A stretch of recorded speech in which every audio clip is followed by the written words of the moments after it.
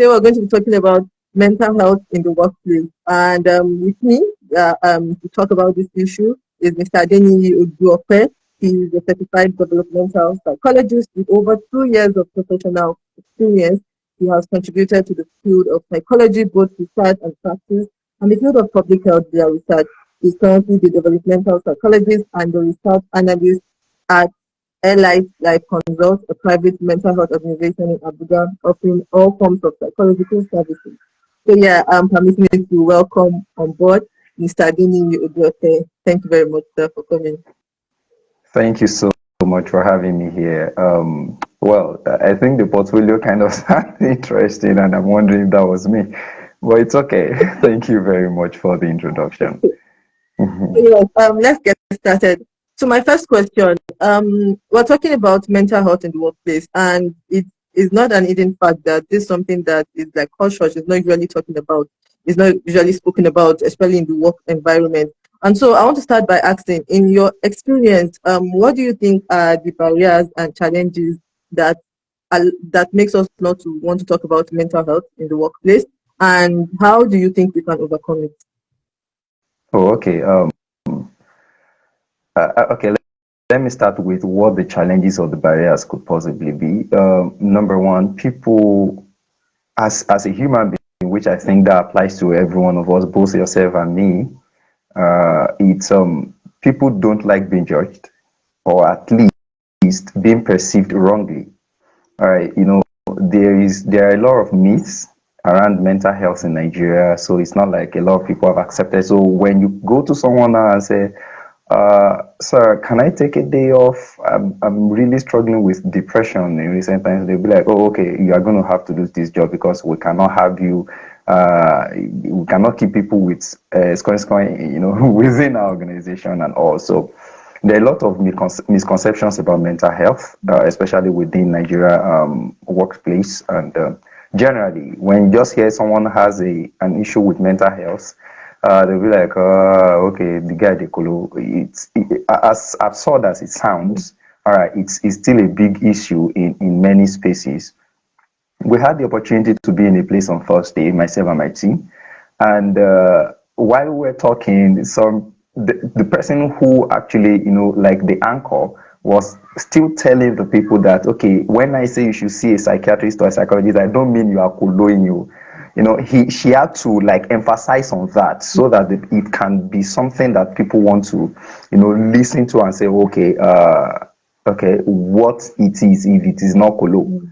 I mean, these are elites, all right, or these are supposed to be elites, and we have to like break things down for them in that way. So I think one of the challenges is that people have wrong perceptions of what mental health is literally, and so another thing I think is the wrong perception which breeds stigma, all right, for people with mental health issues, and for some others they kind of interpreted it or interpret it like you're not a serious person. How can depression be holding you? All of us, apart they hold us now, that kind of thing. So they either don't take you serious if you don't say, oh, I'm going in for a surgery, I'm going in for hernia surgery, or this I'm going to do endoscopy, or something that sounds more serious.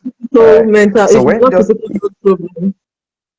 yeah, so when you mention something like anxiety, when you mention something like okay, maybe they can take you a little bit serious when you say bipolar, but the moment you mention bipolar, you'll be like, oh, okay, this person is crazy, you can't work with us any longer, something like that.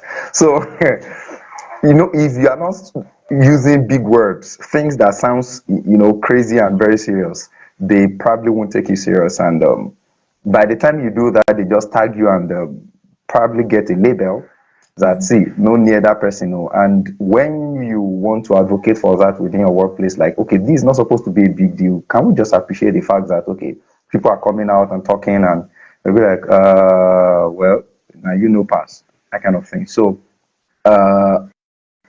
so because of some of those factors, and maybe with a couple of other factors, people are afraid to be able to say, okay, I have this kind of mental health challenge, or talk around mental health generally.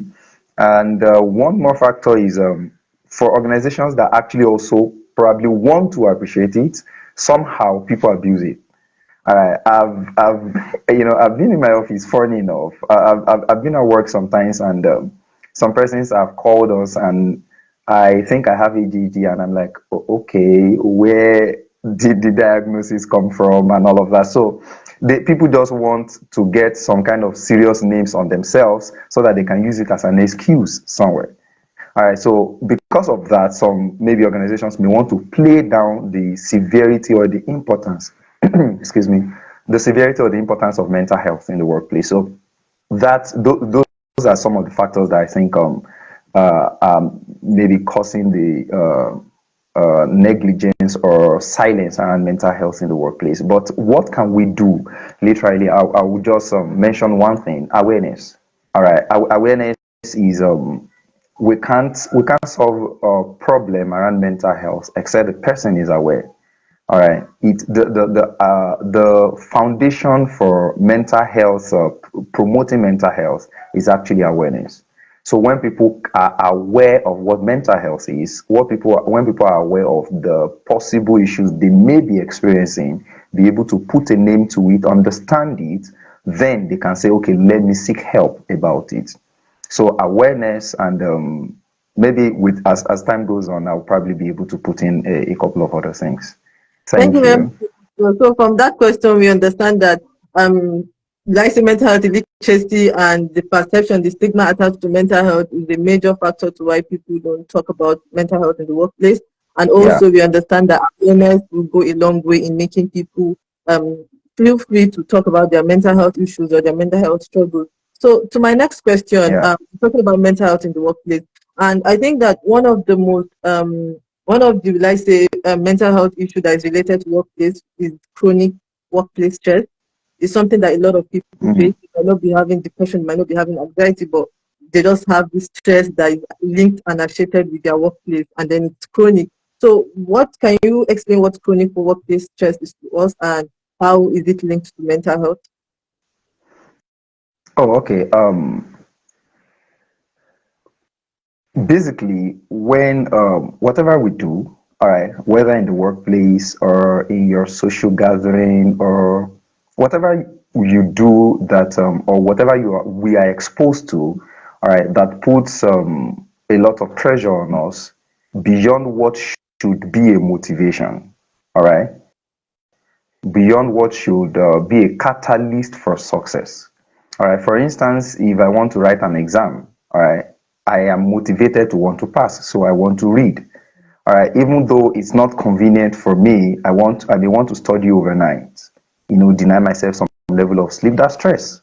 But I know that the outcome of that is because I have a particular aim I want to achieve. All right. That's positive. All right, but when it comes to workplace, and there's a lot of people are exposed to a lot of stressors, all right, and that is not coming down, and it's affecting them, weighing them down, and you start seeing some psychosomatic symptoms. All right, psychosomatic symptoms like headache, nausea, all right, insomnia for some people, and it's becoming severe and it's affecting your daily functioning. Then it's a case that you want to pay attention to, all right, at that time. And usually for some other people, yes, some are work induced, and while for some people it's just their ability or inability to be able to create a balance between work and life.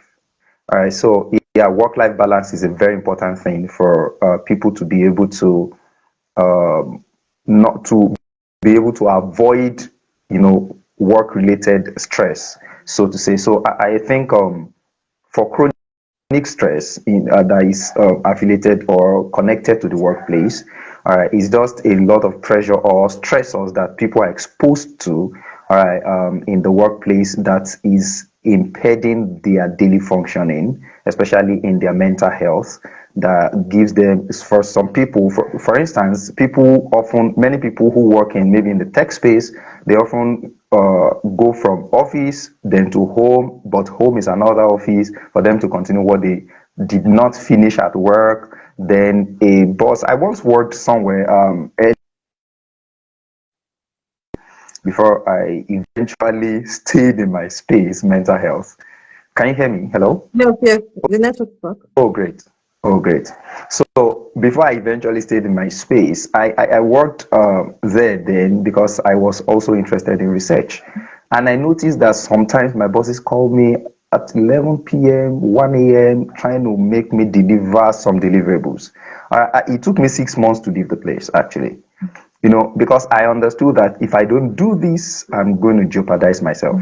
All right, I can't create a work-life balance in this kind of environment, so I had to let it be.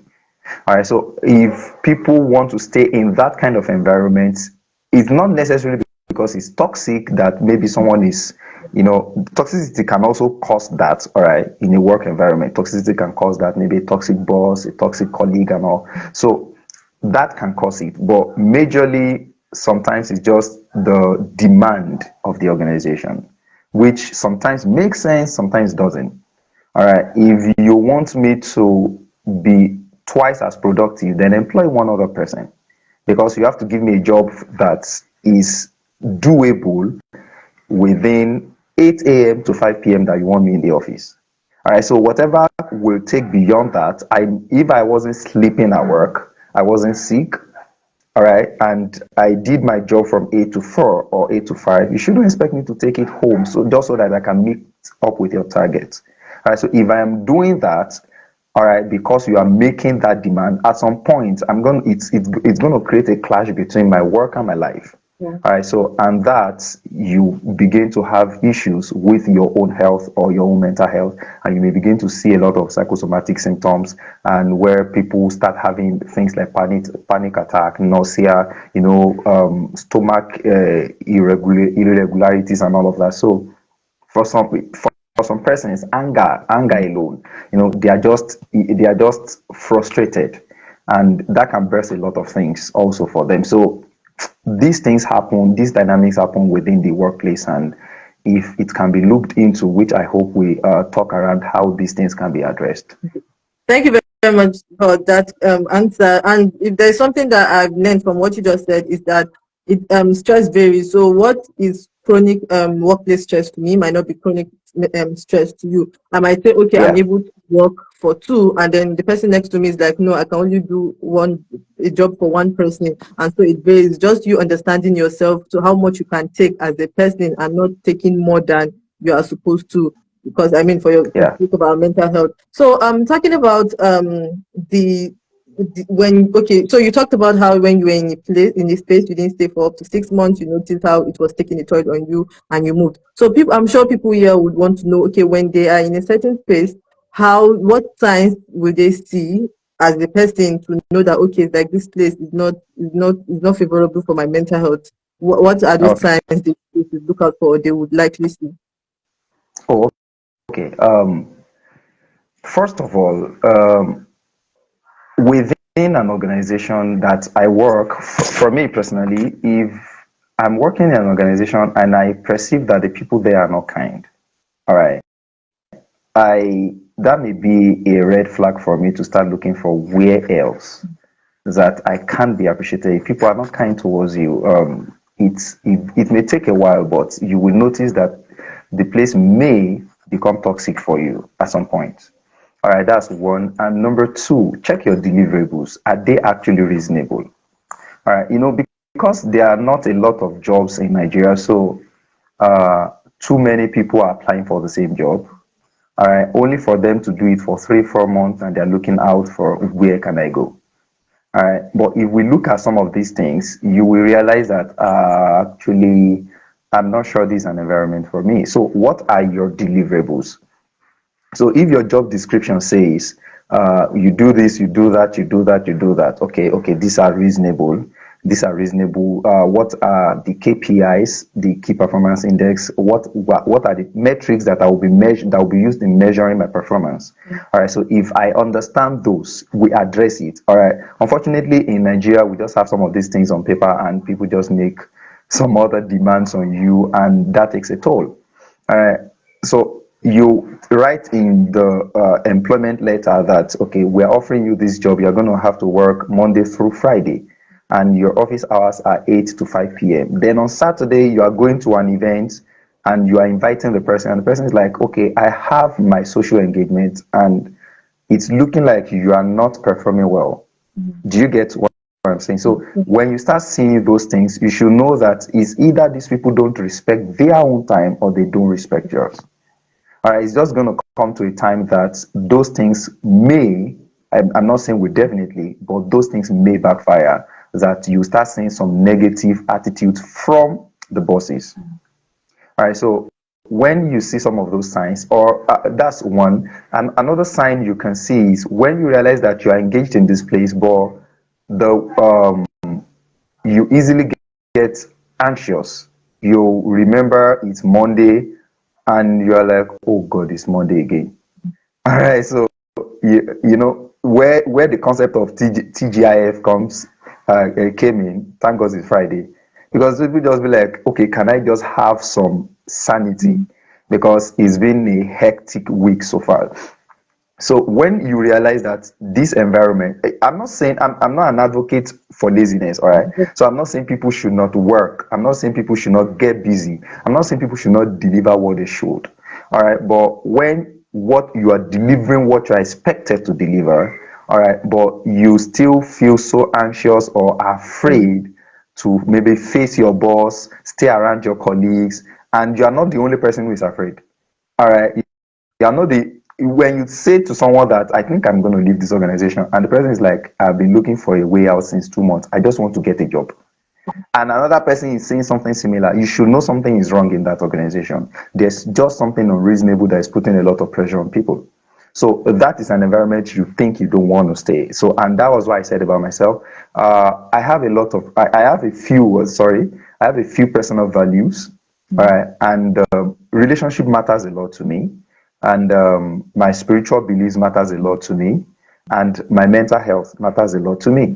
So if anything is taking those away from me, I will gladly leave your job, whether I have something on me to survive or not. I will gladly leave it, because the thing that matters to me is being taken away. I love spirituality. I love people around me. I respect people a lot, and if I don't have time for all of those, I will drop the job. So look at your own personal values, your core values. If those things, if your work will not give you space for them, then you will not at any point be able to create a work-life balance, and it will bring stress to you. You'll be frustrated, you'll not be satisfied, you'll not be happy, you'll just be doing the job. All right, so I think people can look out for some of those signs and know whether they want to stay in an environment or not. Thank you very much, sir, for the answer. I mean, so I think the long and short of it is that first know who you are, the person, because as I earlier stated that stress varies. What is stress to me might not be stress to another person. So if these are my values, this is I prioritize. This is what is important to me. If that work is affecting those things that I prioritize and they are of value to me, I should take that as the red flag. Definitely going to affect my mental health one way or the other. So yes, we talked about problems. So now let's talk about strategies and interventions that workplaces can implement to support their employees' mental health. So we just talked about how employees can know if an organization is like a red flag for them. So on the side of the organization, what can they put in place to make sure that their employees' mental health will not be affected? At least what they can do, because I mean they might not really have 100% control, but then they can at least have 90%. Oh, okay. Thank you. It's actually a very excuse me. It's actually a very direct thing they can do. All right.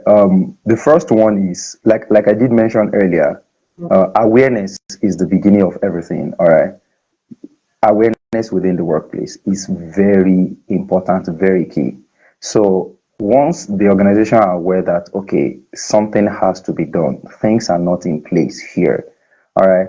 So we put the people. If you check MNCs, multinational corporations, when you check anything about their website, they will be like, okay, our stakeholders includes our employees.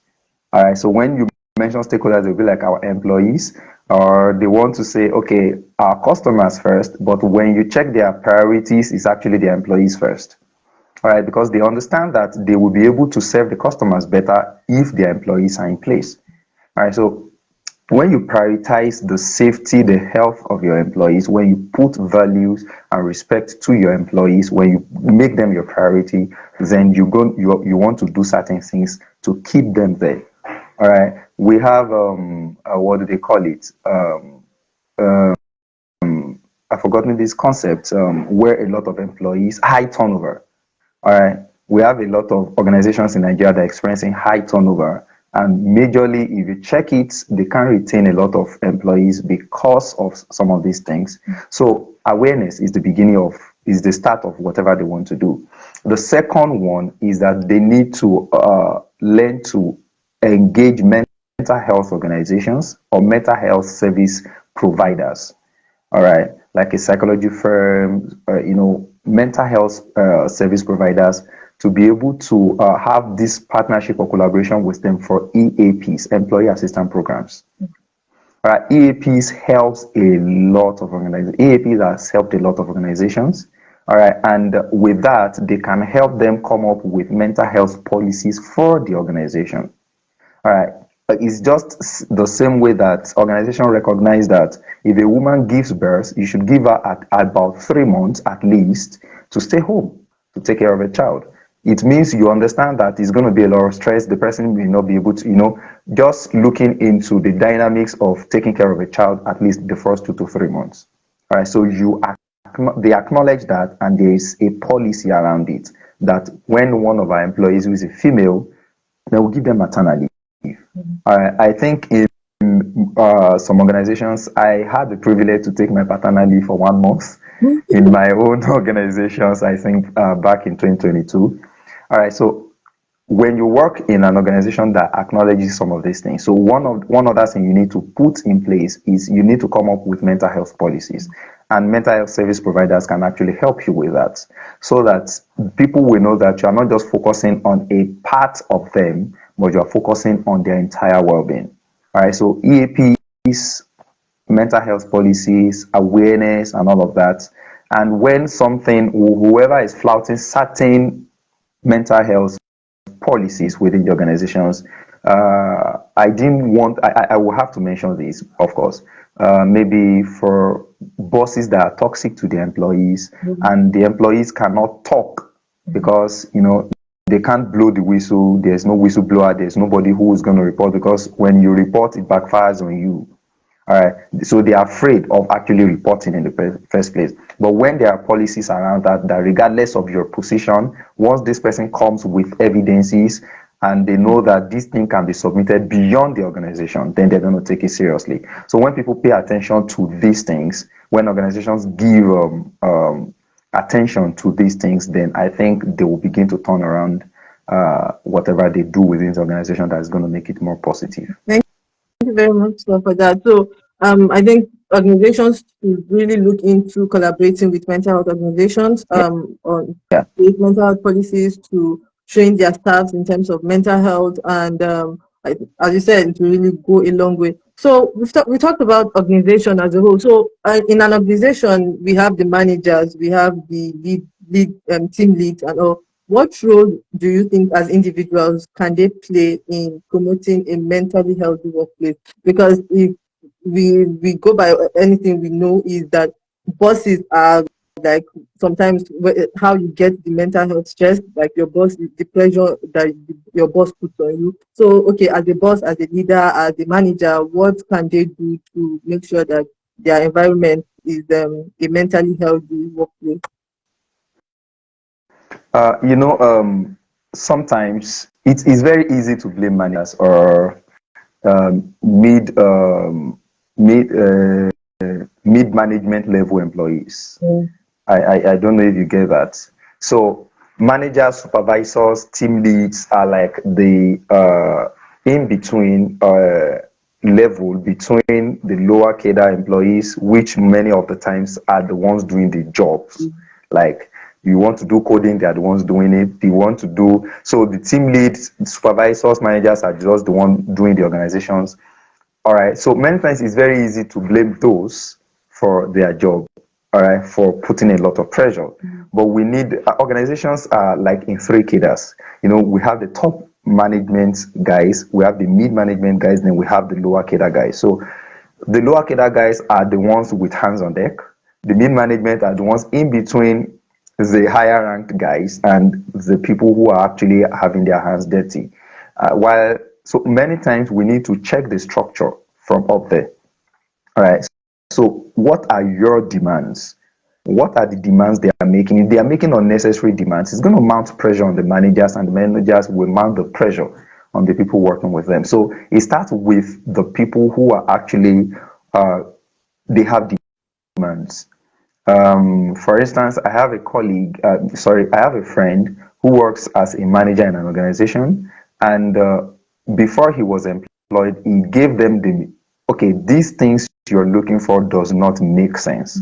I can't work with this. So they had an agreement that okay, we are going to scrap this. You help us rework around this. But the moment, barely a month into the work, they brought back what was said, and it was like, this thing doesn't make sense.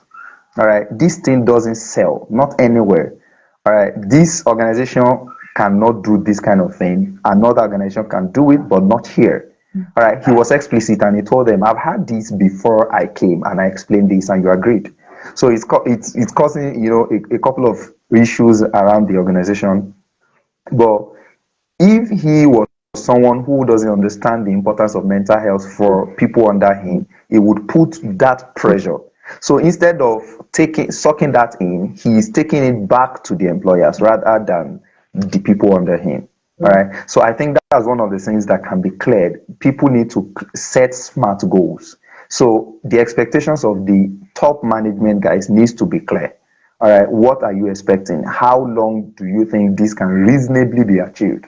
If you want more, if you want us to do more, then you're going to have to employ more hands. If we are not employing more hands, then we cannot do this. All right, you want to compete, you want to have competitive edge, you want to have competitive advantage, you are going to have to invest in it. If you are not going to invest in it, then there's literally nothing we're going to do. Otherwise, we're going to stretch these people out. They will leave with our own tacit knowledge. Then we will have to employ another set of people who we will start training again. Then if the same toxicity is transferred to them, then they will leave, then we'll start looking for people again. All right, so when the mid-management guys can understand this, then they will know that when there are unreasonable expectations from their bosses, they reason it out with them rather than transfer that pressure to people working under them. So that way, number one, you'll be looking out for the people working with you. And number two, all right, the mid-management guys also need to understand that, okay, among their employees, especially when they have them in teams and groups, there is this tendency for loafing. All right, because Mr. A can do the job of Mr. B, and so Mr. B can just take off and do another job and leave the job on another person. So the managers need to be able to identify the guys that are loafing. If we can do the work without you, then we probably do not need you. So if you are not going to buckle up to do your job, then we are going to have to let you go. You understand? So that the stress is not on some people, and maybe this person it doesn't look like, okay, this person is closer to my manager, so I can't even report him, that he's not doing his job. He's bailing out all the time, and the stress is on us that are doing the job. So if that is not in place, if they put measures on ground to identify, to be able to pick those who are loafing around at work or who are not doing their work adequately, then they can pick on those people and replace them, or if they can do it without them, then probably just lay them off, so that they will understand that, okay, if I'm not doing my job, I'm going to have to be laid off.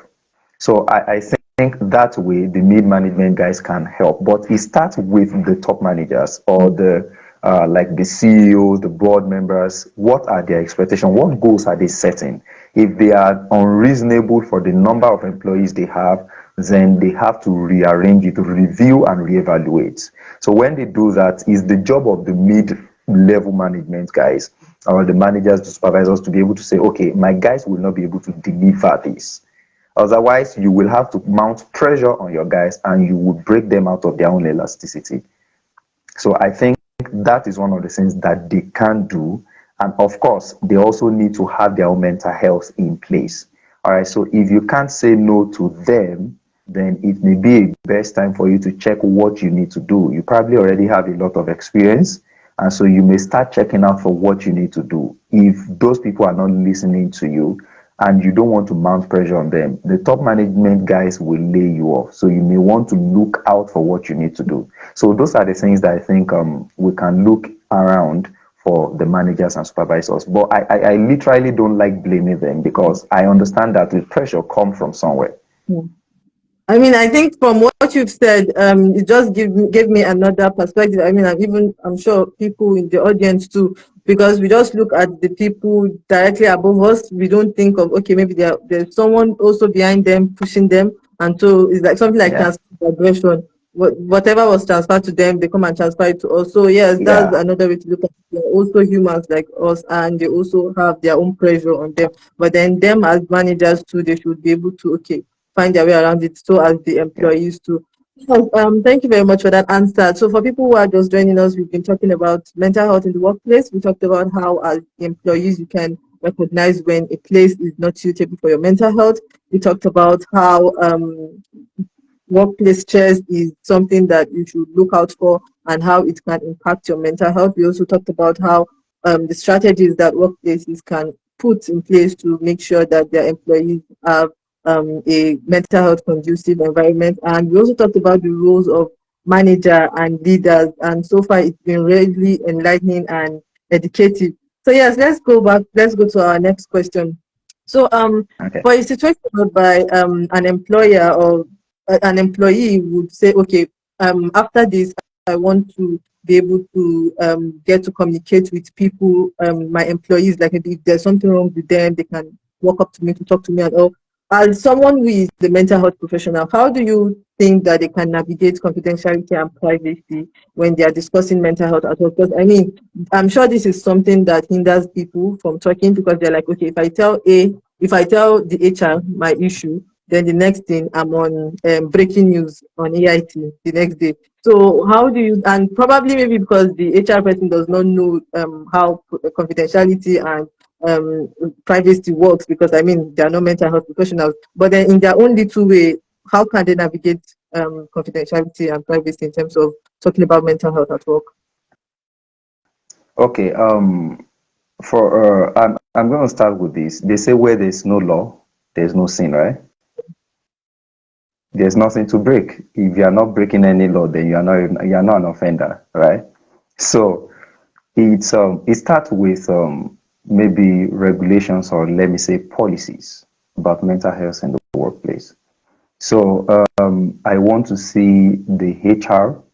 All right. If there are policies that say that when you have issues with your mental health, or something is disturbing you, or something is bothering you, you want to talk to this person. All right. You should talk. The company can tell you, okay, if you're having issues, then talk to this office or the HR or something. And it has to be clearly stated that whatever is discussed with the HR should stay within the HR for the betterment of the organization, rather than make it more like a reporting of the individual to the organization, which many times is the case in Nigeria. All right, so that's one thing. That once there's policy around that, and it can be documented that, okay, I came into the HR's office today, and I share certain things, and those things are the reason why I am being ridiculed, or addressed wrongly at work, or maybe they are even considering me for layoff. Then you can take some maybe steps, legal actions in that regard. However, I usually say this, all right, because the HR also answers to some people, all right. So if the HR wants to keep their job, what did this person tell you? Come and tell me. You understand that kind of thing. So I usually suggest that there should be independent body that takes such. So when it has to do with mental health, for instance, if I'm dealing with, if I hope not, all right. I don't want to, but if I am having issues, or I'm taking antiretroviral drugs, all right, I most likely will not want to discuss that with my HR. But once I get to the hospital, I'm very open to talk to anybody in the hospital because that's independent of my office, right? It's similar for someone who is having maybe dealing with hepatitis C, all right? Even though you know that, okay, this is a medical health challenge or is a health challenge, you probably won't walk to your HR and say, this is my challenge. All right. Even if because literally they may not be able to so much help you. So one of the things I think organizations should do is that they should also partner with independent organizations. So if it has anything to do with treating, managing their mental health, maybe they have a challenge, then you can work with an organization providing you the EAP services. That's why they call it employee assistance programs. All right. But if it has to do more with something legal, like you are dealing with certain criminal issues, then you work with a lawyer. Or maybe your organization has a legal department, then you can work with the legal department. All right, rather than reporting yourself to the HR, except you have a personal relationship and you can trust the HR. So I'm giving these options in case there are no policies on ground and the enforcement of some of those policies and regulations, if they are not strong, you may not want to take that approach to be talking personal things with your HR. So that's what I'll suggest. Yeah, and I also think that organizations can even go ahead to employ especially maybe if they are like these big organizations, they can employ something like a mental health counselor, an in-house mental health Yeah, counselor that is a yeah, professional. that's a good one. Yeah, It's a very good one, especially if they have the budget. It will really go a long way in helping their staffs, and they know that okay, this person would definitely not leak their secret because this is a professional that is working as an in-house, just like how some universities have like in-house counselors, in-house psychologists.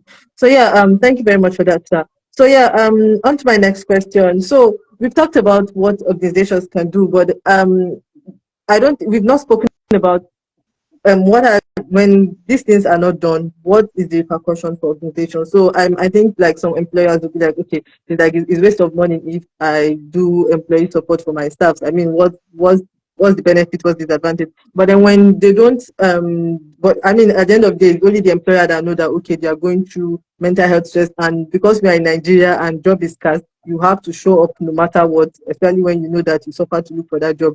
But then on the part of the organization, what's their consequences if they don't prioritize the mental health of their employees? What's what's the consequences like for them? So they probably, if they know that, they can take that serious. Okay. Well, number one, I think for employers or organizations, they actually stand more they have more to lose than even the employees. And I'm saying that because there are reasons for it. Number one, the growth of the organization is going to be very slow, if at all they will grow. All right. I've had the privilege of speaking to an organization that has been in existence for over 30 years. All right. And the growth has not been very encouraging because they definitely have a lot of, a very high turnover.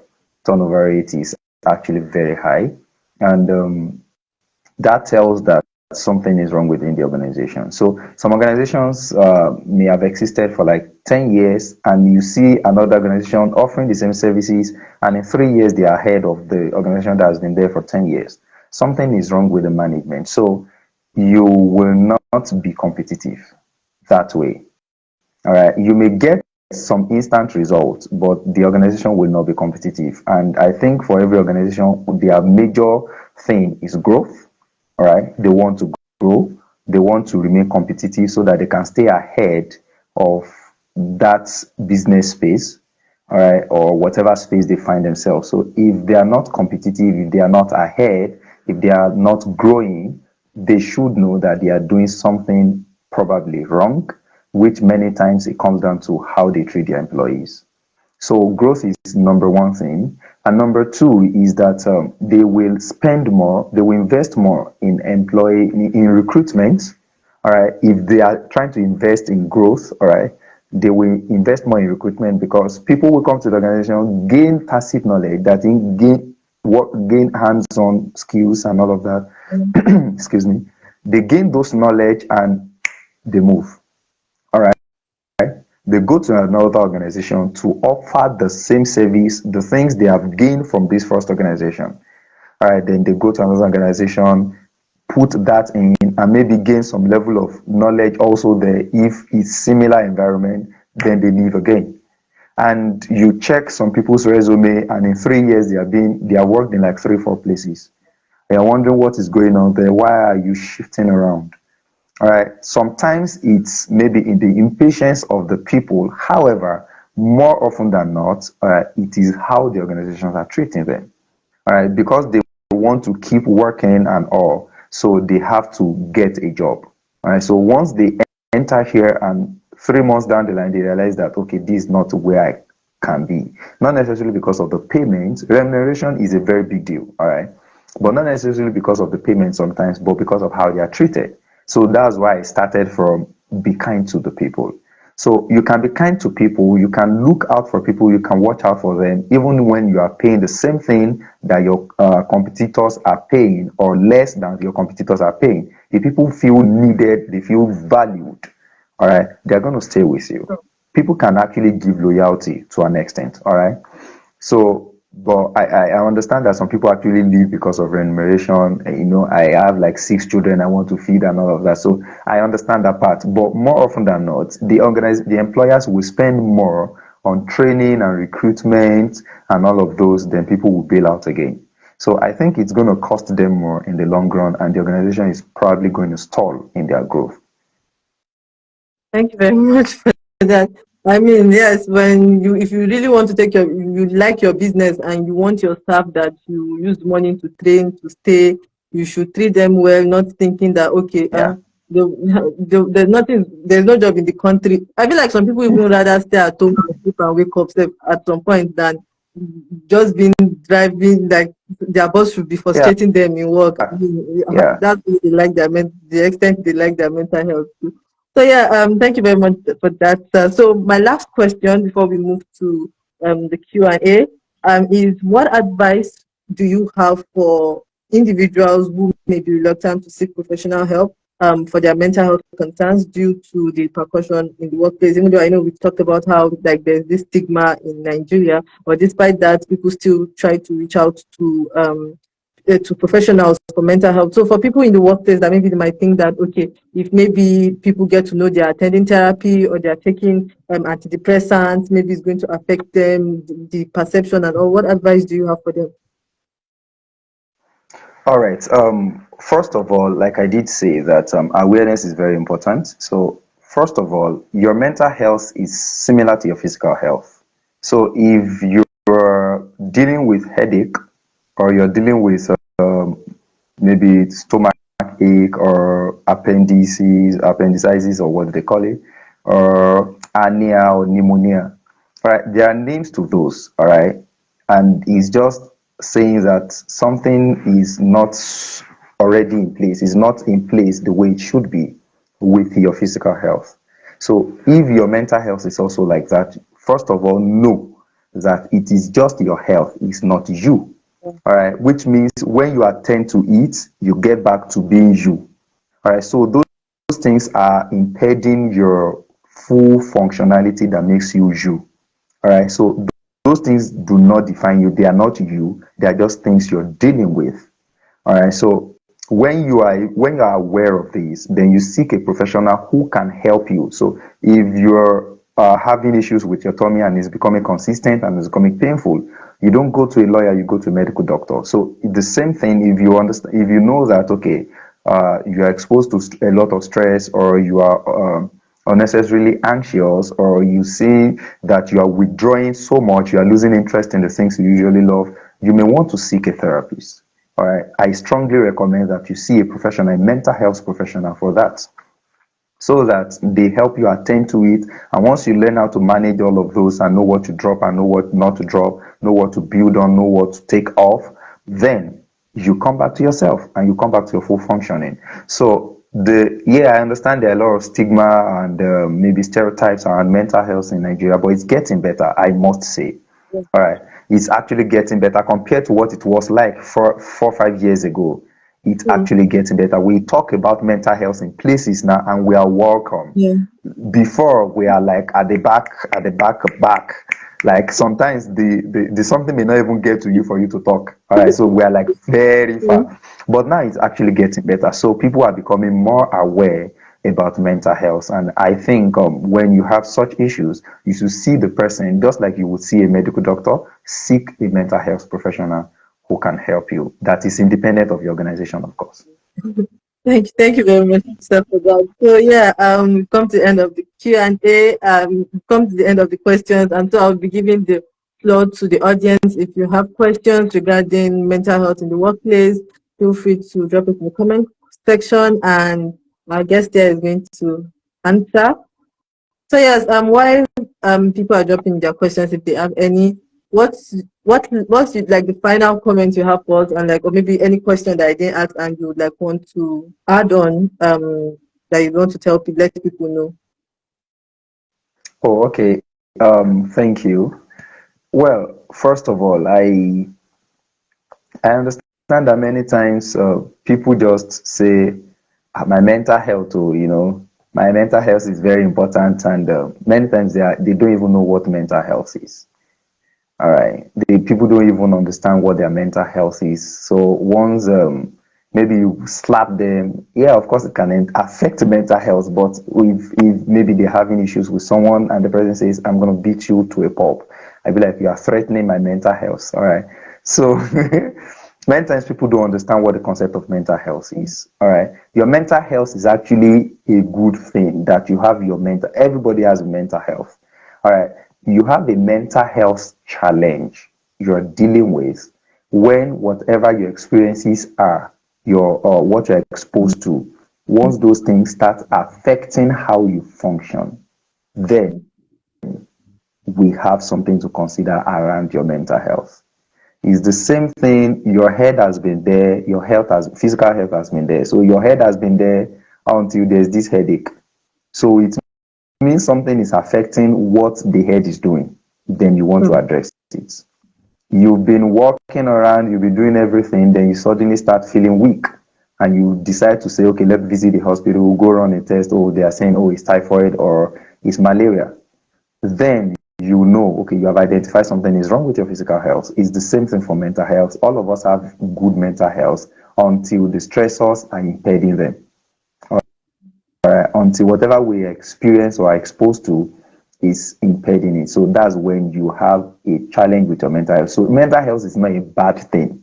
All right. Mm. It becomes a concern when you're not functioning well in your mental health, when it's affecting how you function on a daily basis. So basically, I would just, like I said, I like awareness a lot. So I like people to take note of that and be aware of it, that your mental health is a good thing. It becomes a challenge when you're not functioning properly as a result of what you've been exposed to. Yeah.